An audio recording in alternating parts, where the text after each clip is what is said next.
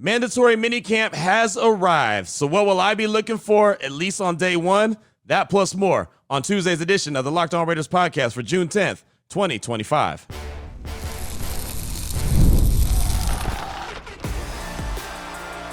You are Locked On Raiders, your daily Las Vegas Raiders podcast. Part of the Locked On Podcast Network, your team every day. And welcome in, Raider Nation, to another edition of the Locked On Raiders podcast. Thank you so much for making the show your first listen of the day. We definitely appreciate you. You're catching the show wherever you find your favorite podcast, or you're checking us out by way of the YouTube page. You know we appreciate both. The show continues to grow each and every day because of your consistent support and the great job that my man Ari does behind the scenes, making sure we look good and sound good on YouTube. We shout him out. We appreciate him. Takes a lot of pride in his work. You can check him out on Twitter at Ari Produces. You can hit me up as well, as many of you do, at your boy Q254. And if you want to be a part of the show, more importantly, as many of you do, you can always hit up the Locked On Raider podcast voicemail line at 707-654-4693. And even when it's early June and there's not a whole lot going on, we still get a ton of great feedback. So we'll try to get as many calls, as many texts in as possible coming up on today's show. Got a lot of stuff to try to unpack. So like I said, I'll try to hustle through as many calls and texts as possible. That'll be in segment number 3. Segment number 2, we'll talk about some veteran players that are out there that maybe the Raiders will have interest in, maybe the Raiders should have interest in. It's funny, I feel like we've gone back and forth on this conversation with multiple players multiple times, and I think I can make an argument for yes or no, right? I can make a sensible argument for both sides of the coin, and it's funny, it feels like as time goes, day to day, sometimes my feelings on this changes. So it's one of those, should you go and bring in a veteran? Should you allow the young guys to grow, right? How competitive do the Raiders believe that they are going to be in 2025? How competitive do they think they should be in 2025? There's a lot of factors that are going to go into it. So we'll talk about that, kind of compare and contrast a couple players that are out there and available. And Cody Benjamin from CBSSports.com, he'll actually weigh in on the subject matter as well with a couple players in particular. So that'll all be in segment number 2 of today's Locked On Raiders podcast. Here in segment number 1, news and notes of the day, and it all has to do with mandatory minicamp and what I'll be looking for. So let's go ahead and jump right into it.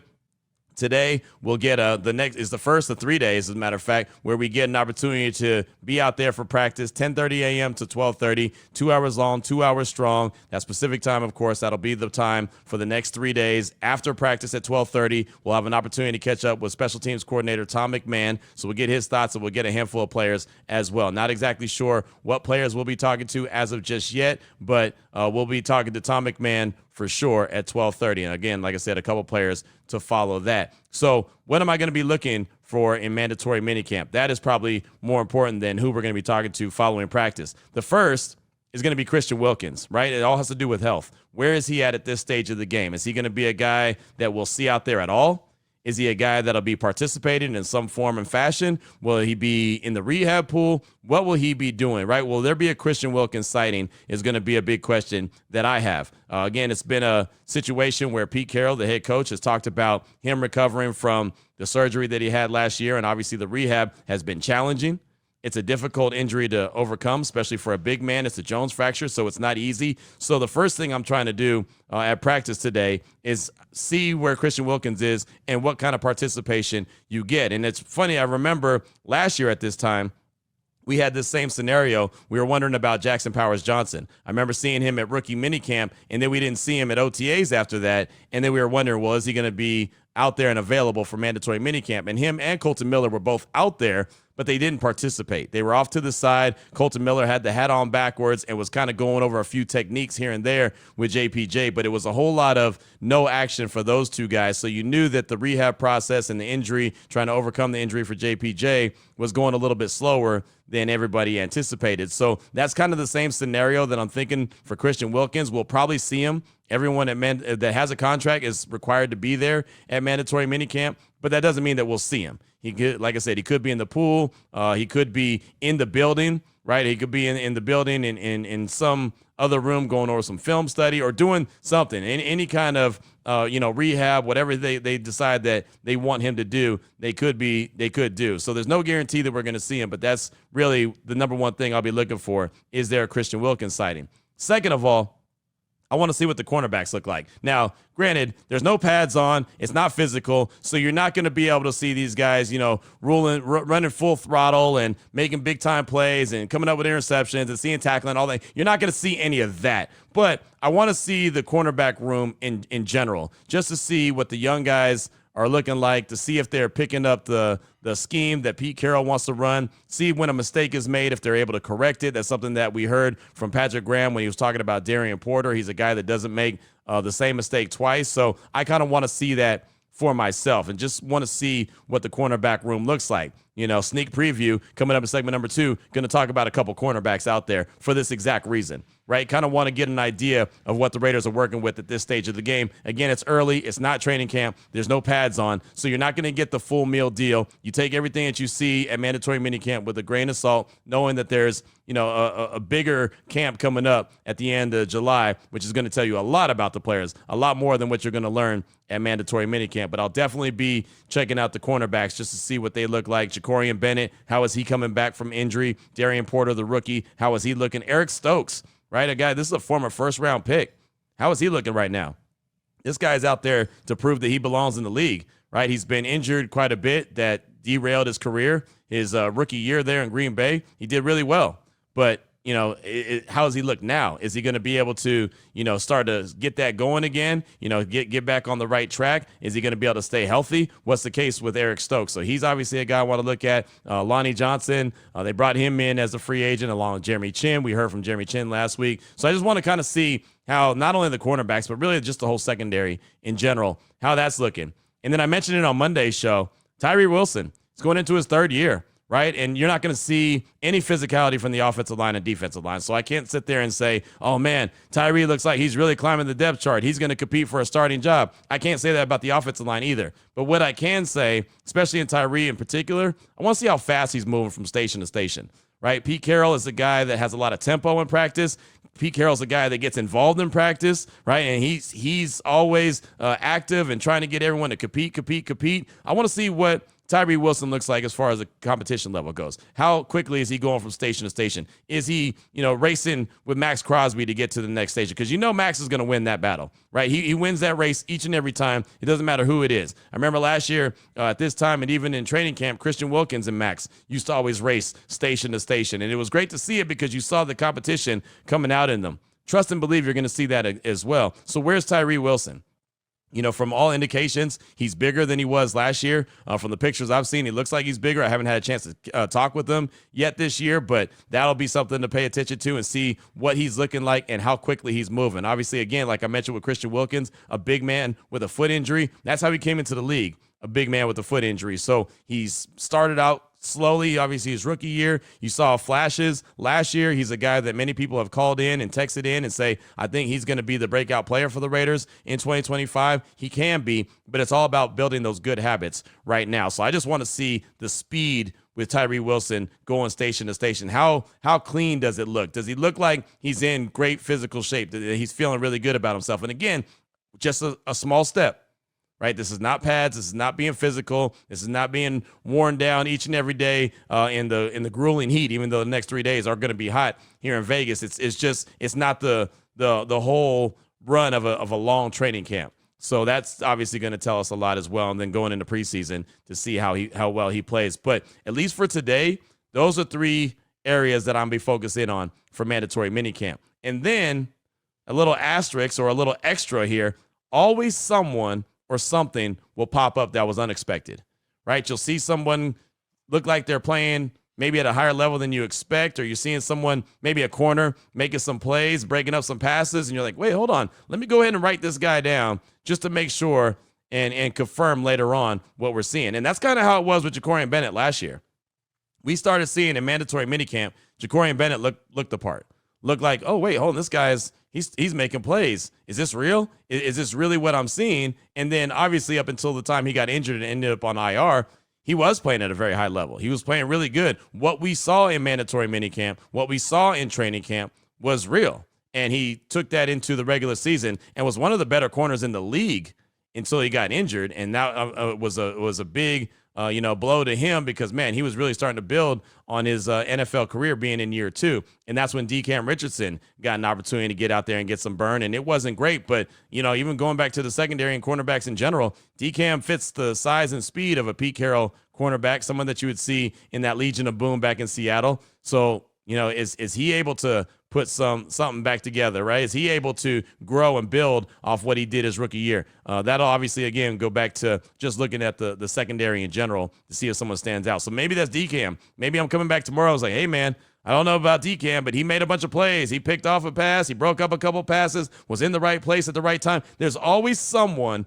or something that is unexpected that pops up that catches your attention and definitely is worth talking about, at least jotting down the name or whatever it was that stands out to you as, yeah, that's something to pay attention to moving forward, because that could be a key, good or bad, for the Raiders moving forward. So that's what I'm looking for. Christian Wilkins, is there going to be a Christian Wilkins sighting? What does the secondary look like, just in general for the Raiders? And how's Tyree Wilson moving around the practice field? How is he participating? Is he going full throttle and full steam ahead? And then expect the unexpected. That's what I got for segment number 1 of today's Locked On Raiders podcast, what I'm looking for on day 1 of mandatory minicamp. Now to the veterans, Jair Alexander, Jermaine Pratt, cornerback from Green Bay, linebacker from Cincinnati. Both guys got released on Monday. And, of course, Jalen Ramsay, all-pro cornerback, is still there in Miami, looking like he's going to get traded sooner rather than later. Should the Raiders have interest in any of those guys, all those guys, or none of the above? We'll break that down in segment number 2 of today's Locked On Raiders podcast.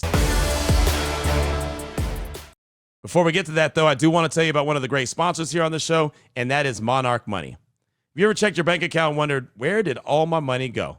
Between dining out, online shopping, and entertainment, it is so easy to lose track. And that's where Monarch Money comes in. It's your personal CFO, giving you full visibility and control over your finances. Monarch Money isn't just a budgeting app, it's a complete financial command center. Track all your accounts, investments, and spending all in one place. So you stop just managing your money and actually start building your wealth. And that's what it's all about. And I'll tell you right now, when you start putting together and seeing how much money you spend eating out, taking, Uber rides or Lyft or whatever choice that you use, and different apps that you're spending money on, all of a sudden it stacks up and you're like, oh, remember what I asked? Where'd all my money go? Yeah.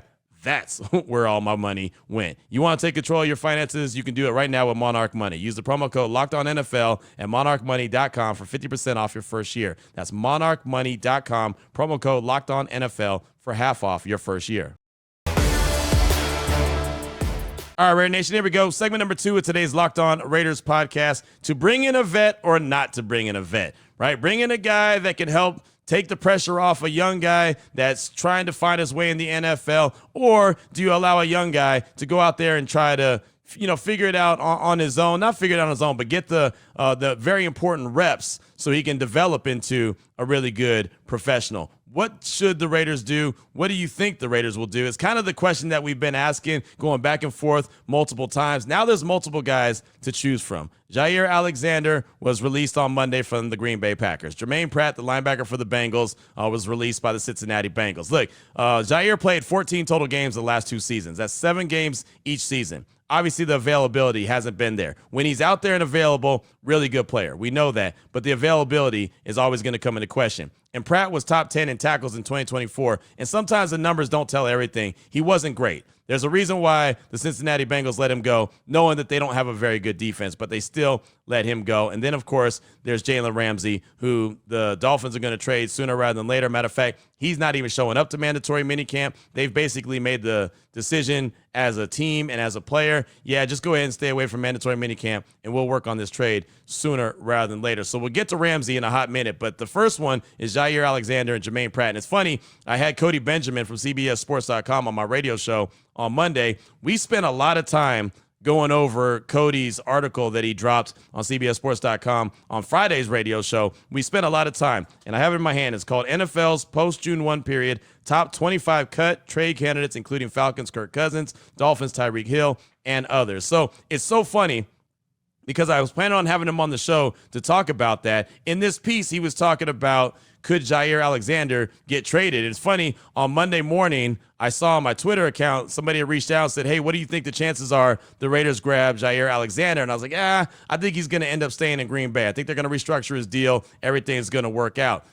I didn't realize at the time that the notification was already out that he was being released. It was very early in the morning on Monday. I want to say it was like 6 a.m., 6:30 a.m. Pacific time, and I didn't see the notification yet. And then I realized, oh wait, never mind, Jair is being released. So that changes the game. Now it's not a trade partner. And then I saw later on Monday that Jermaine Pratt was being released by Cincinnati. So Cody Benjamin joined the show and just got a couple minutes on Jair Alexander, who, again, only played in 14 total games the last 2 seasons. That's not even the length of one full season. But we started out with the conversation of, were you surprised that Alexander was released when in your article you were talking about trading him or not, and the fact that you even thought he was going to return to the Green Bay Packers? Here's Cody Benjamin. I would say slightly surprised just because of how long those negotiations seemed to go on. I mean, it was a back and forth right after the season where it looked like he was as good as gone, where they were both being pretty upfront, the Packers front office and then Alexander himself suggesting that they were going to be splitting. But then it lingered so long, and you started to catch wind of maybe a redone deal, that maybe both sides would work it out. Apparently not. That didn't happen behind the scenes. Clearly, I think Green Bay was interested in having him back at a lower cost. And I think Jair Alexander probably expects that if he hits the market, there's enough teams that could still use a quality cover man that they will pay enough of what he's looking for. And I think that's what's going to happen next. Cody, at this stage of the game, when you're Jair Alexander, how much do you have left? I mean, the last couple seasons, he's played, a total of 14 games. That's not even one full regular season. His availability is always questioned. So how much do you think he has left? I mean, I would say that he's got enough where you'd hope that he's multiple seasons you're talking about as a starting caliber cornerback. But like you said, just getting through one season has been an issue for him. And, everyone beats that into the ground, the idea that, you can't make the club in the tub. And I think that this is a prime example of it where on the field, I mean, this guy brings not only great cover skills, but a great attitude. I mean, he's the guy that when he's on your team, you love that he's on your team. When you're playing against him, you hate to root for him because he's so feisty. He gets into wide receivers' heads. He brings a different dynamic to that room, to a secondary room. And so I think whichever team he goes to, if he can stay on the field, you're not only signing him for what he does on the field, you're signing him for kind of that it factor that he brings personality-wise.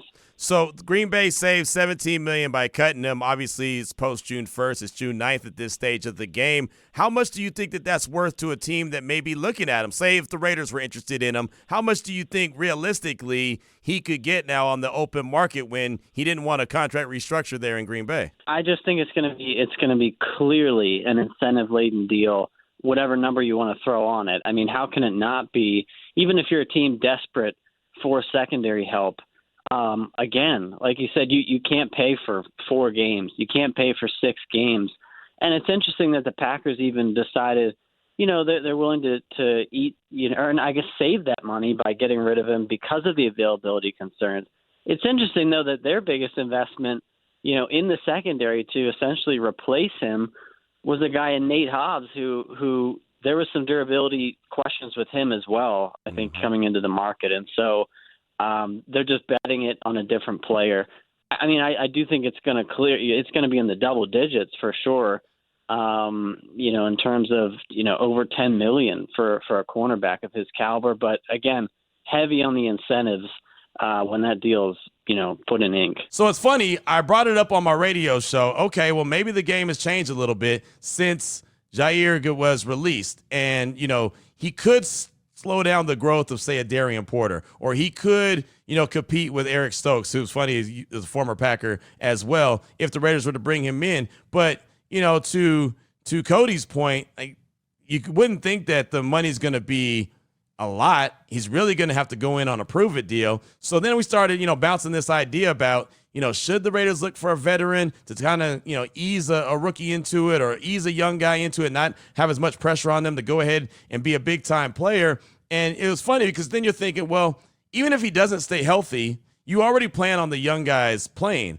So if he doesn't stay healthy, then okay, you go ahead and say, all right, young fella, it's your time to shine, just like DK Richardson had to step in for Jacorian Bennett last year. So again, it goes back to the key of how much are you paying him? If you're giving him a 1-year deal and it's very incentive laden, that wouldn't be a bad thing, especially when Pete Carroll's all about what? Competition. So now all of a sudden you're out there as a veteran, and now a Darian Porter is competing with you for a spot. All that could do really is make the rookie better, right? Because he's competing with the guy who's a proven veteran. And maybe he beats him out. Maybe he ends up playing at a higher level, right? And you can say the same thing for Jermaine Pratt with the linebacker room. Even though, again, he didn't play great in Cincinnati last year, but look at the linebacker room for the Raiders right now. Landon Roberts, got a lot of respect for him, older guy. Devin White, he's not the Devin White that was selected number 5 overall by Tampa Bay right after Cleve Farrell got drafted number 4 in 2019. He's not that guy anymore. He doesn't even have any guaranteed money. So in the spirit of competition, it might not be a bad idea to just at least kick the tires. And if he's willing to take a cheaper deal that's very incentive heavy, that's going to push him too, right? I mean, what do we always talk about players in a contract year? If you get a guy on a 1-year deal that's very incentive heavy, one, he's going to want to hit those incentives and then go out there and prove that he deserves a big deal. So he didn't like the deal restructure that Green Bay tried to give him. No team was out there willing to trade and pay him $17 million a year, which is not a ton of money for a really good cornerback. But in Jair Alexander's case, again, availability is his problem. He hasn't always been available. So in the spirit of competition, that might be a good idea to at least kick the tires and see if he's worth bringing in. So then the conversation with Cody Benjamin from CBSSports.com shifted to one Jalen Ramsay, right? Because we've talked about him, but this would be a trade. This is not going to be a release. This would be a trade, but at what cost? So here's the thoughts from Cody on Jalen Ramsay. Check it out. So another player that we were talking about in your article that you had was Jalen Ramsay, and you actually predicted Jalen Ramsay being traded to the Raiders. We were talking about it and floating this idea on Friday, and we kind of came to the conclusion, are the Raiders one Jalen Ramsay away, right? I mean, is it worth it to kind of slow down the growth of a young player? Do you think that would be something that Pete Carroll would be interested in at this stage of the game, knowing that the Raiders are probably a very long shot to make a deep playoff run? Yeah, I mean, I'm with you, but I also can't quite figure out.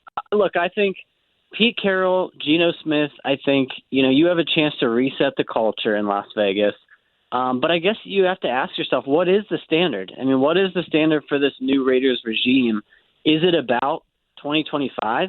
I think everyone would probably agree. The people who have some sense would agree that, like you said, they're not a Jalen Ramsay away. You don't need to spend that money on a veteran, considering the state of the team. At the same time, when you're employing a coach who's in his 70s, when you're adding a quarterback in Geno Smith deep into his 30s, late in his career, I mean, those are moves that suggest you're trying to win this year, or you're trying to at least be competitive this year. I mean, Ashton Genty, these other investments, Brock Bowers, you've got some cornerstone pieces for the long term, but I think the Raiders are trying to have it both ways, which is okay. They're trying to set the tone for this culture.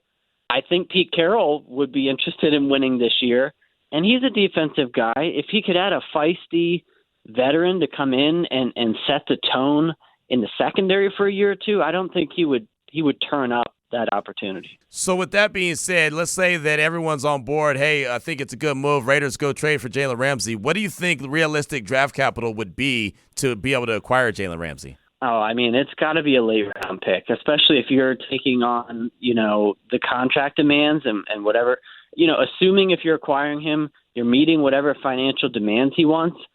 Especially if you're the Raiders, that's where you really have to draw the line and say, look, we're not in this we don't expect Jalen Ramsay to necessarily be on the team at his preferred dollar amount in 2 years, 3 years.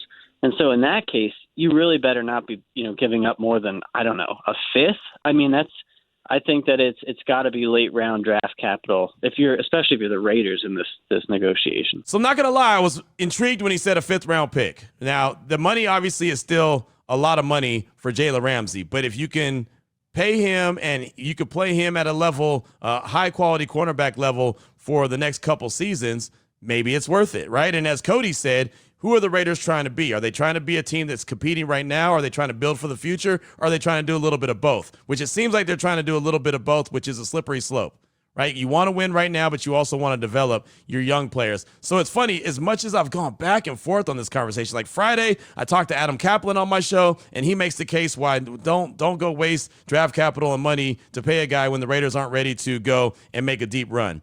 And then you start thinking about the other side of the coin. You start, getting calls and texts from Raider Nation, and you start talking to other NFL insiders. It's like, well, Pete Carroll does love competition. Cody brings up, well, he's 73. They did go make the move for Geno Smith, right? Obviously that they want to get some high production out of their quarterback play, right? They brought in some other guys that they feel like can help them win right now, while also having a base. When you look at Brock Bowers, you look at Ashton Genty, you look at some other young guys that can develop at the same time and be key players. So I understand what they're trying to do. Is that a recipe that always works? Not really, but it's intriguing, and it does have me going back and forth in this scenario, if it makes sense. Now, I know the one thing about GM John Spytek, he's not big on giving up his draft capital. He loves his draft picks. He wants to develop the young guys. He wants to draft young guys and develop them just like they did in Tampa Bay. It's funny.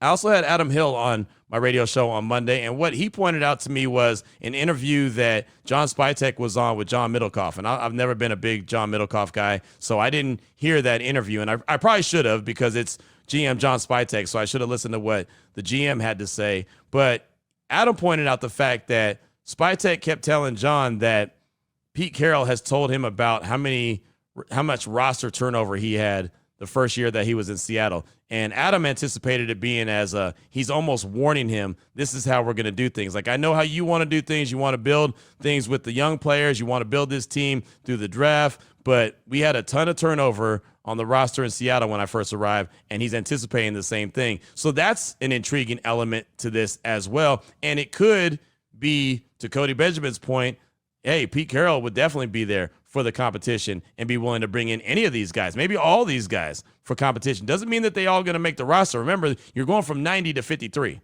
right? And then you're building your practice squad. So all these guys may not be ready to start day one, but maybe you look at a Darian Porter and he's available if a guy goes down. If, like, they bring in Jair Alexander and he gets banged up 4, 5, 6 games into the season like he's done the last couple seasons, then maybe by then Darian Porter's ready to go. You know what I mean? It's a lot of pros and cons that need to be weighed here. But again, in the spirit of competition, it doesn't really sound like a bad idea.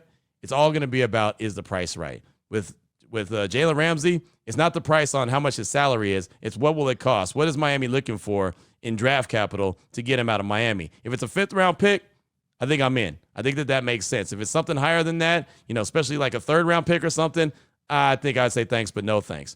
Jair Alexander, if you can get a deal under $10 million a year and you get some incentives in there, I think that would be fair, right? I mean, that's way under what he would get if he was a guy that was proven to be able to play all year long. But again, no wrongdoing by any team out there.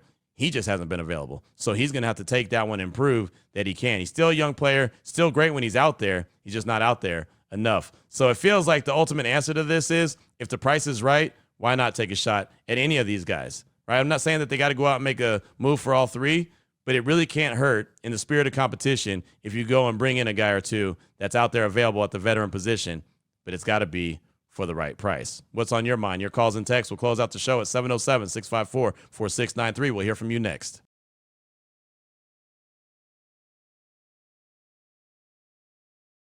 Here we go, Raider Nation. Segment number 3 of today's Locked On Raiders podcast. Your calls and texts are off that Locked On Raider podcast voicemail line, 707-654-4693. A lot of different subjects that you want to hit here, so we'll go ahead and jump right into it. This is a text from Raider X in Porterville, California. Say, what's up, Q? Not Raider X, but X the Raider fan from Porterville, California. There you go. Love your show, and I've been listening every day for now a couple years. I was born into the Raider Nation because of my dad, who sadly lost his life in 2015 to cancer. I was always wondering as a kid why he was such a hardcore Raider fan. I finally understand why. The family energy that the nation gives off is amazing. I can go up to anybody with a Raider jersey and instantly become friends. Love your show. Love what you do. You're always giving the best info, especially when I'm not always available to stay on top of the team. I have a really good feeling this year, just like every year, but I'll always be rooting for my team and your show. Raiders. P.S. I have I'm having my first kid at the age of 27. I've already got my Raiders onesie ready for him or her. And also, forgot to mention my dad's name. If you could send a shout out to him, his name is Saul Venegas. Thanks, Q. So that's not Raider X in Porterville, but X, the Raider fan from Porterville. Thanks so much for the text. Appreciate you. And yes, big shout out to your pop Saul, and congratulations on the baby on the way. And that's awesome to have that onesie, right? You got to have that. You got to raise the kids right. Right? You got to not give him any options. You got to threaten him. Matter of fact, when he's old enough to understand, be like, hey, look, I'm still young enough. I can create another one. I'm kidding. Somewhat. But no, have fun with that. That's awesome. And you do, and you're spot on when it comes to Raider Nation and the family feeling, because that's exactly what it is. And, as all families, we fight, we scratch, we claw, we cuss, we get angry at each other, but we all come back and be one big family. And that's exactly what it is. I try to create that same atmosphere and that same feeling here on the podcast. So thanks so much for the text. Definitely appreciate you. And again, congratulations on the baby on the way. Up next, got a call from Hezo in the DMV calling to talk about the Raiders, how he feels about this upcoming season, and talks about competition. Here's Hezo in the DMV. Q, it's Hezo in the DMV. Ari and Q, I love what you guys do. Called a few weeks ago, and it was a bit of a doom and gloom call. I understand that it wasn't in the rotation. I was in lockstep with Vader Raider, and that I needed to see it all in the field before I invest. Well, after all the content you've been providing, whether it's Minicamp, something from Fortenbaugh, or even the O-line conversation with Big Link, and of course the coaches, I'm in. I played at the top of the heap D1 lacrosse for the current national champions, Cornell, Go Big Red. And I understand the word compete. The philosophy behind this will only lead to pulling the best out of each individual, and then bring everyone together towards a common goal to outcompete whoever's in front of you, and you will be successful. I love Pete Carroll and all the information provided regarding his philosophy. I still coach currently and have ordered the inner game of tennis. I figured if it works for an NBA, NCAA, and an NFL champion, then why not for a high school team that's trying to win a state championship? Thanks again. And let's have a commitment to excellence for an entire season.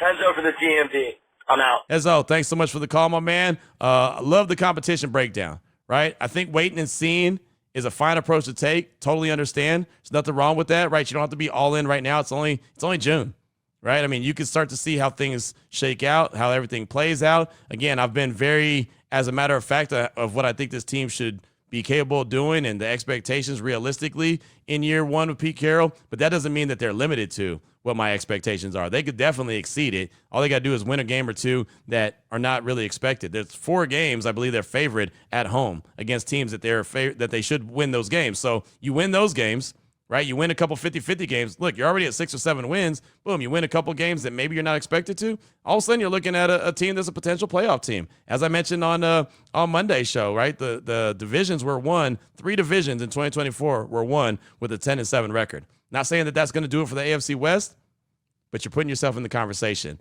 That's for sure. So, I'm interested to see how this staff and this team deals with adversity. I want to see how this staff and this team deals with success, because I know they'll have both coming up this year for sure. And again, the inner game of tennis, it's good reading. That's the book right there. So yeah, check it out. Let me know what you think about it. I'm looking forward to really deep diving. I've got to about chapter 3 on it, but I've had a couple busy weekends, so I haven't had a chance to deep dive. But when we go on vacation coming up, I feel like my plane ride is going to get a lot of inner game of tennis reading in. So before I actually vacation, I'll get a little bit of research on this book and read this book a little bit more. But thanks so much for that call. Definitely appreciate you. Up next, got a text from Kansas Raider. Hey, Q, Kansas Raider here. Love the show. Listen every day. I hope that you can speak that Week 18 victory into existence. We need to beat the Chiefs at home. It's been long enough. I don't know if this is our year, but 9 years in a row is long enough as well to be the division champs. Any thoughts on who might be QB2? Is O'Connell a lock, or will one of the more athletic rookies take his spot? Also wanted you to know that I'm coming to Vegas next week for a wedding. I'll be touring Allegiant Stadium as well. Maybe we'll run into each other. LOL. Keep up the great work, Q. Just win, baby. That's Kansas Raider. And enjoy that tour of Allegiant Stadium, first of all. Allegiant is awesome, so soak that in. Have a really good time. As far as QB2, I want to say that Aiden O'Connell is the leader in the clubhouse, but again, it goes back to the competition. And you never know also what happens in training camp. Does somebody get hurt throughout the league? Is there someone that decides that, hey, you know what, we need to go and get that guy and call the Raiders up and try to get a trade, and then all of a sudden Cam Miller's that guy? I would say that O'Connell's going to get the number 2 spot just because he's been with the organization, he's won games, and Cam Miller is a 6th-round pick, and that's asking a lot. But again, in the spirit of competition, you just never know how it all plays out. But if I had to guess right now and pencil in the backup quarterback, I would say it's going to be Aiden O'Connell. Clearly, I've been wrong before. I thought he was going to be the starting quarterback in 2024, and he wasn't. So we'll see what happens, but that's what my gut feeling tells me right now. Thanks so much for the text. Appreciate you. Up next, got a pretty lengthy call from Tadreese in New Jersey, calling to talk about multiple football questions, but also has a nugget on mental health, the side of things of that as well. Here's Tadreese in New Jersey. Hey, Q. Tadreese from New Jersey here. I got 2 football questions, but before I dive into those, just hitting on this mental health thing that you've been going with, very inspired by Monday's show, people calling in with their testimonials and stuff like that. Kind of emotional. You guys know me, diehard Raiders fan over here, but 2 of the professions that I do is wrapped around mental health, right?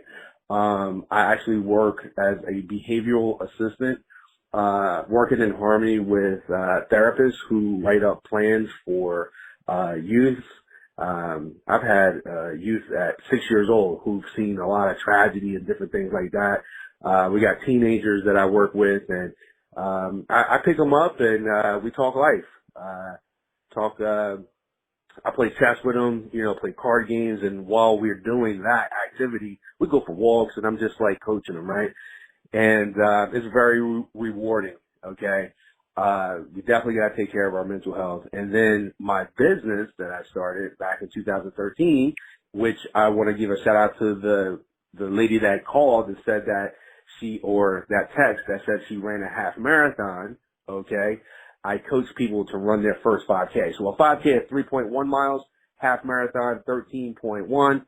One of my craziest stories is that, I did a 48.6 mile challenge in Orlando, ran the marathon with food poisoning the night before. That was terrible. The last leg of a four-day race was the marathon, and I had to run that with food poisoning. So big shout out to that lady who did that, wearing the Raider shirt. And it's so cool when people are like screaming because you got a khaki shirt on. I actually did a virtual Vegas 5K back during the pandemic, so I would love to be able to get there. So, guys, speaking of the business, even my name of my service has like a mental health type of thing to it. It's called Keep Calm and Run to the Best You.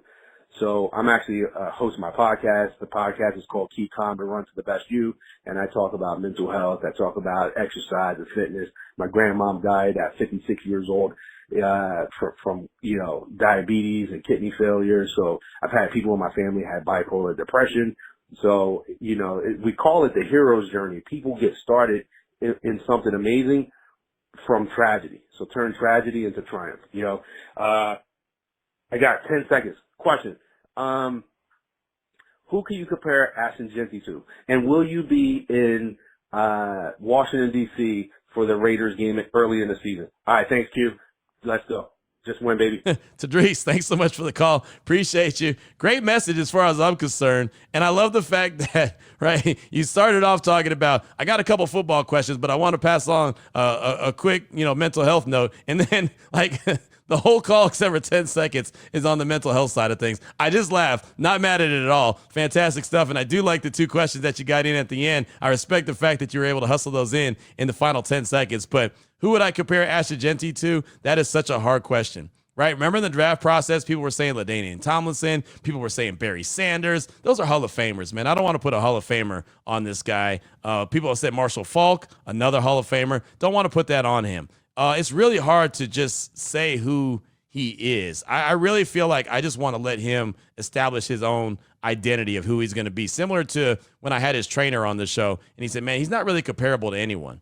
Ashton is just Ashton. He's just a different dude. So I think we'll go ahead and let him go out there and play a little while, and maybe we'll start to pick up a little bit of his style in the NFL as opposed to being at Boise State. And then we could say, he kind of reminds me of this guy. I mean, I know Marshawn Lynch is always one that's going to be, tied together with him because, Marshawn was there in Seattle with Pete Carroll. Obviously, they both have the dreads. They have the violent running style, so you can say that. But Marshawn Lynch was a different dude, too, right? And so I don't want to put that on Ashton Jeanty and say, oh, yeah, he's a young Marshawn Lynch. I don't want to do that either. I just kind of want Ashton Jeanty to establish his own identity of who he's going to be.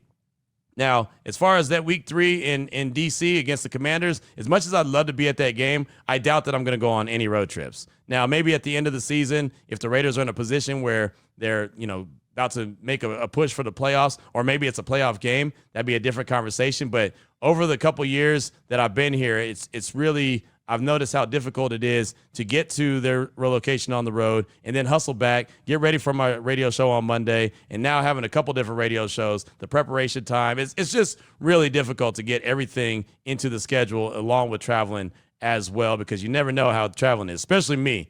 When I travel, man, something's bound to go wrong, right? Anytime I travel, things always seem like something goes wrong. So I really don't want to get caught up where I'm not available, I'm not back in time, I miss a show, or I'm running in late, coming in hot, stuff like that. So I'll definitely let you know if something changes. As far as week 3, again, I'd love to be able to see the Raiders and Commanders be a big test for this Raiders team going up against Jaden Daniels and the Commanders that were one game away from the Super Bowl a year ago. But we'll see. I'm not 100% sure, but most likely I won't be. But thanks so much for that call. Definitely appreciate you.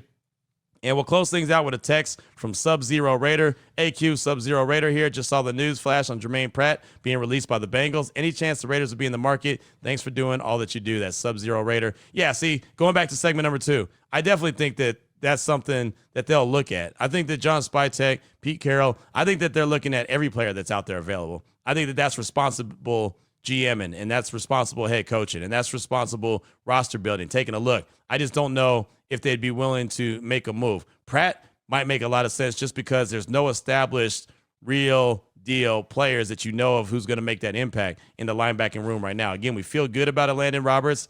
We don't know what Devin White's going to bring to the table. They have younger guys, Cody Lindenberg, who they feel good about, but he's often injured. Tommy Eichenberg didn't really get any play last year except for special teams, so you don't really know there. There's a lot of questions in that linebacking room. So I can see a guy like Jermaine Pratt being brought in, especially because he was a tackling machine a year ago for Cincinnati, even though he still wasn't playing at a super high level. So there's that. You know what? That was a quick text, so let's go ahead and get one more call. We'll take Derek from the 203. He's calling to talk about Jalen Ramsay, the point that NFL insider Adam Kaplan made on my radio show on Friday about no reason to go out and bring him in because the Raiders aren't one Jalen Ramsay away from a deep playoff run. Here's Derek's thought. Derek from the 203. Here he is. Hey, Q, it's Darren calling in from the 203. Comments, pushback, dare I say, regarding your interview with, was it Adam Underhill? On the point of Jalen Ramsay, I know I've called him before being fairly pro, like not advocating or, what do you say? Campaigning. I'm not campaigning for Jalen Ramsay, right? Campaigning for Shador Sanders. I think that's the word. Anyway, I'm not like, we need to get Jalen Ramsay, but the point he made of going out getting a 31-year-old corner for a year or two, 2 years, what are you doing? Well, we went out and got a 34-year-old quarterback for at least a year or two, based on the contract, at least 2 years. So, yeah, I don't disagree that I don't see the Raiders as a bona fide perennial playoff team right now. I see the foundation for it, but I don't see them as that right now. I do agree that they need playmakers and stars to pop up on defense, and I do agree that we need them to be youth, and that it would be awesome and ideal and perfect if we can get them via training camp signings and some 25-year-old that's not on a contract yet, some second project like an Emmanuel Forbes, a retread, see if he figures it out with the new coaching staff and Pete Carroll, kind of like what they're doing with Eric Stokes. That'd be awesome if those all hit. But who knows if they're going to, right? So I'm an advocate for trade for Jalen. Trade a third or fourth or fifth. I don't know exactly what it would cost. But as long as not giving up strong day two capital, multiple thirds, a second, I'm fine with it. They have the money for it, and it's not going to put them in an overly strenuous position. That's assuming if you can get a contract that works for both sides. But if you can, and the draft cost or the compensation cost isn't ridiculous, I think you get him. You know, you had the guy talking about maybe being able to move to safety, right? If we can get 2 quality years out of Jalen Ramsay as a starter and mentor, that's a win. That's a win. And it helps guys like Ja'Cory Bennett and Eric Stokes be able to shape into those young star playmakers that Raider Nation wants to seemingly just fall in their laps. That's not a shot at anybody, but that's kind of the vibe it feels like. It's like, no, don't get Jalen Ramsay. We need to get youth. We need to hit through the draft. And we do. But we haven't right now. So next best thing is get someone to teach and that you know can play ball even if they're old. That's all for me, Q.